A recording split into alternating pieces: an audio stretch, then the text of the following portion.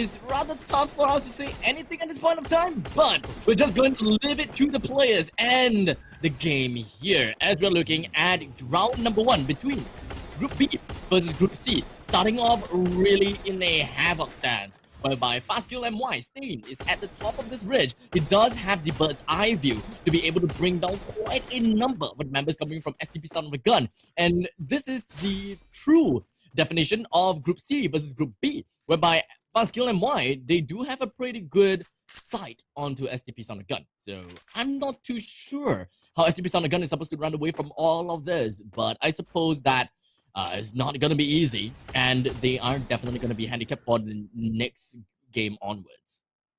Yeah, and you can see Fastkill MY Stain just has the perfect angle. Akif, nowhere to go. He's definitely not going to survive this, stranded out in the open. STP Son of Gun, unfortunately, they are going to lose 2 members early on, but they were able to take down Nuke, so at least there's something in return for the casualty of 2 of your players. Obviously not the start that they want, but this is the most that they can get. And it feels like every time we look at Group B versus Group C, it kind of downplays the excitement between A and B because of how volatile Group C in particular is, as we see Auto Knockout now. They're going to take on Supreme Assault Forces. And so far, it seems like they're going to be in the standoff. And Auto Knockout, they're not the team to back off from this kind of challenges. So you can expect them to perhaps make a move towards SAF and just go for the full wipe. Maybe? It does seem like they are getting in closer and closer. Zen do have the better spot. He is the scout after all. So he did manage to convey over to his team that, hey, there are people here. Let us just go and wipe them all out. And it does seem like it may very well be the case. But unfortunately, there seems to be a danger zone that is going to be exposed right in front of them, right within Bayfront. I'm not too sure how big of this is going to be an issue, how big of an issue this is going to be, and is it going to falter their plans? Is it going to make them stop? Is it going to help them one way or another? But we'll just have to wait and see how things are going to be working for them. Alternatively, we're also going to be taking a look at the rest of the circle, whereby most of these players is going to be at the northeastern side of Kalahari.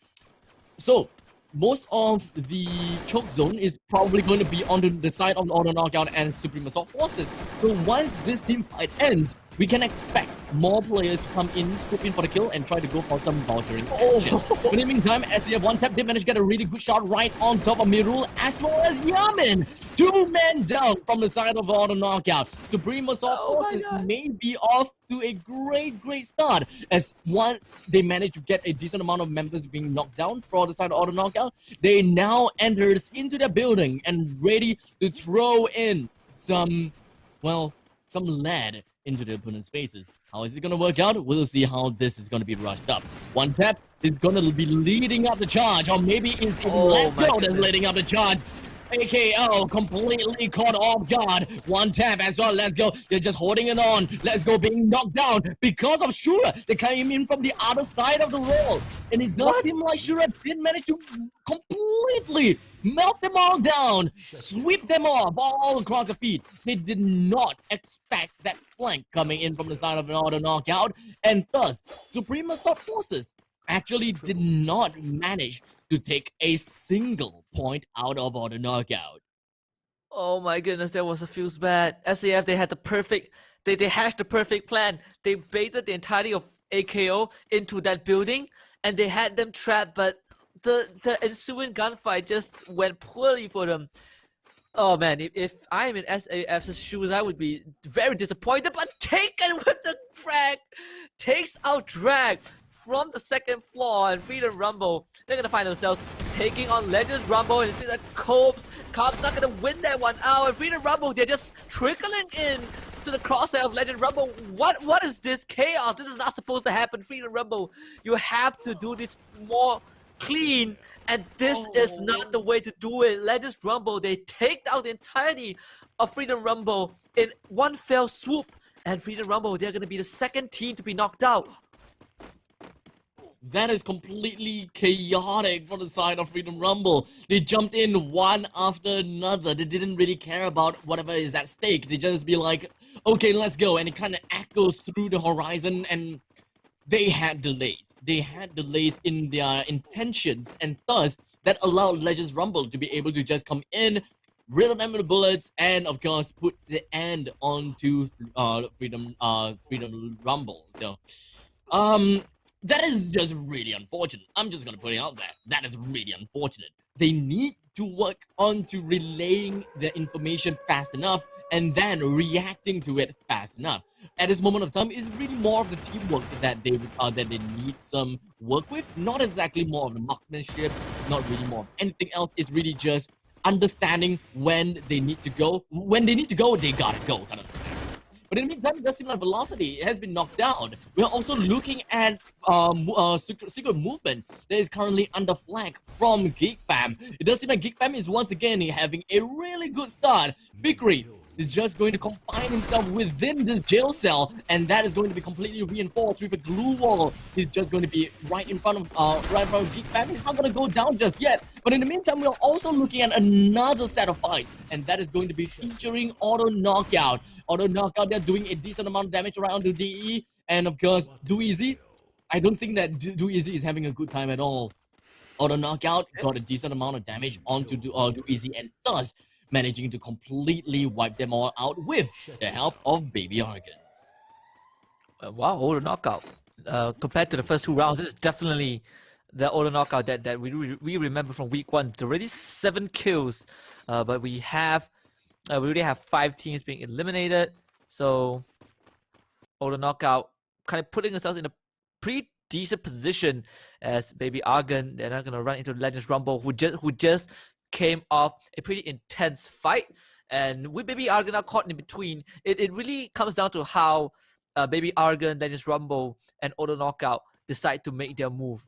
And whenever you're a team caught in between, you kind of always have to think a bit further. And it seems like Legend Rumble, they smell a bit of movements from Baby Argon, and Taken already has his crosshair propped, and it's gonna take that shot, and he downs Ajin from afar, and that's gonna alert Baby Argon of Legends Rumble's presence in this area.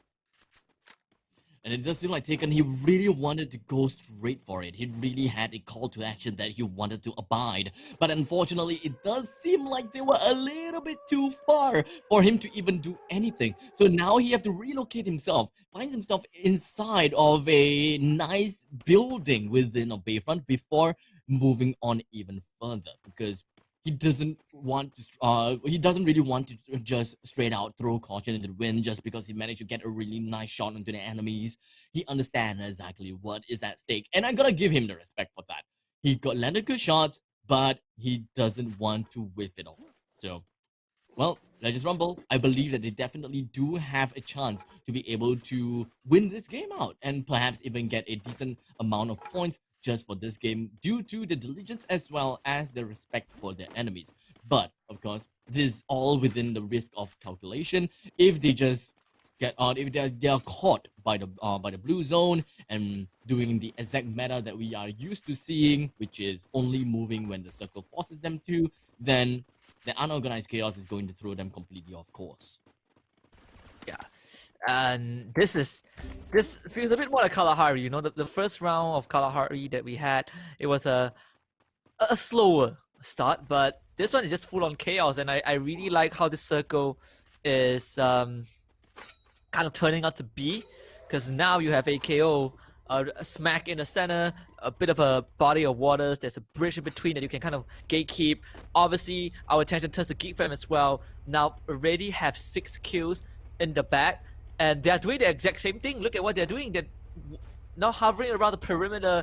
They're just trying to scout around and just make it into the circle on the later stage so that they can catch a lot of teams who are already engaged in combat, and they were just gonna swoop in, divine intervention, get those extra kills and secure themselves a better position. We still have 7 teams remaining within the circle, and this is number... Okay, no, I'm gonna change that. We do have 6 teams remaining. And we are looking at the third circle being shrunken down. We are going to be looking at the fourth circle real soon as well. Let's just rumble. They did manage to get themselves with 4 kills, and all 4 of them is still alive. Definitely going to be one of the predicted winners in this match and this game itself. But let us not discount the fact that Baby Argons is available. We also shouldn't discount the fact that, well, Geek Fam is also alive. We do have quite some contenders around here. Exactly, you have so much teams of caliber, but Geek Fam now, they're in a pretty precarious position. They have to cross over into the circle. One of the ways is to cross the bridge on the southern side where Baby Argon are just planting themselves there. They know that there's going to be a potential that some teams will come from the eastern side of the map, so they're going to gatekeep that bridge.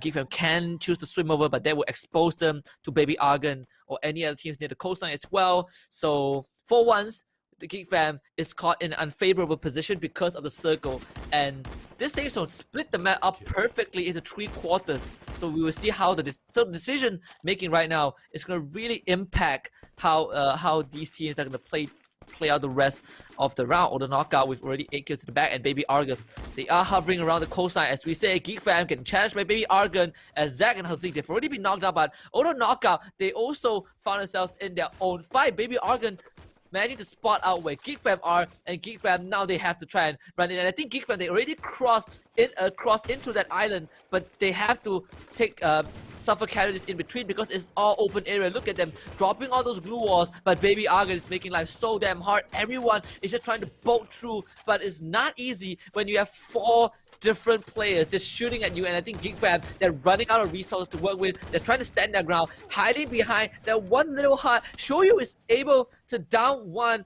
but Fast Kill MY also chips in from afar. A piss gets down. So now Geek Fam, they're only left with Shoyu as their remaining survivor, and perhaps Geek Fam won't be able to continue that hat trick booyah.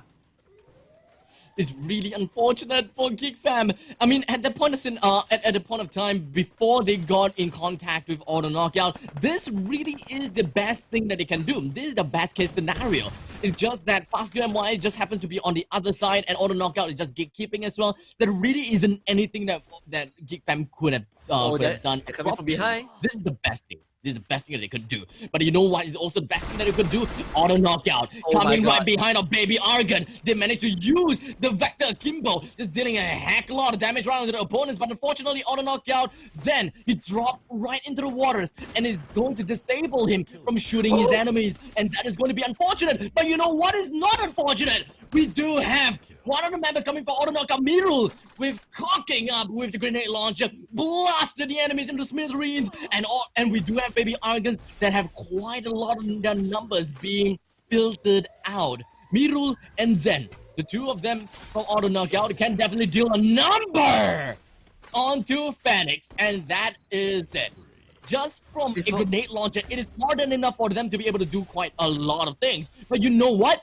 Geek Fam is not out of the game just yet. He is still alive, but unfortunately, you does have the third-party view right on top of him, and Mirul takes Shoyu down. And Geek Fam, unfortunately, is now going to be crowned at number 3. We do have auto knockout versus Fast Kill MY. Fast Kill MY does not hold the candle against auto knockout, and I gotta give it over to auto knockout. They play darn well.